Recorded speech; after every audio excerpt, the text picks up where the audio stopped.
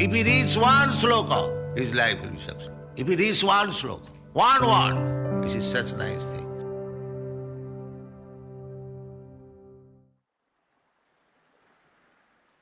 Zero plus mystic power. Dr. Singh. The chemists and the scientists think that certain chemicals enable the spirit soul to remain in the material world. These chemicals, they say, are carbon, hydrogen, nitrogen, and oxygen, the main chemical elements that combine to form living units. I think the Vedas teach that in order for a living creature to develop, spirit must first enter within these pre-existing chemical elements. Is that correct? Srila Prabhupada, yes. For example, the earth contains everything necessary for a plant to grow, but you must first put a seed in the earth. Similarly, a mother has within her womb all necessary ingredients for creating another body.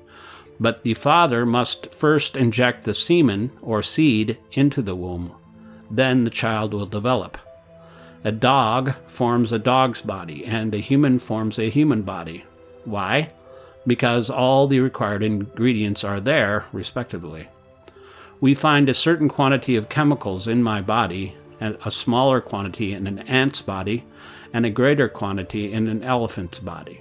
So, if I can create so many more chemicals than an ant, and an elephant can create so many more chemicals than I can, then just think of how many more chemicals God can create. This is the basis on which scientists should consider how hydrogen and oxygen combine to form water. Otherwise, they cannot identify the source of the vast quantities of hydrogen and oxygen required to make the oceans. But we can. This hydrogen and oxygen exist in the Virat Rupa, the universal body of the Lord.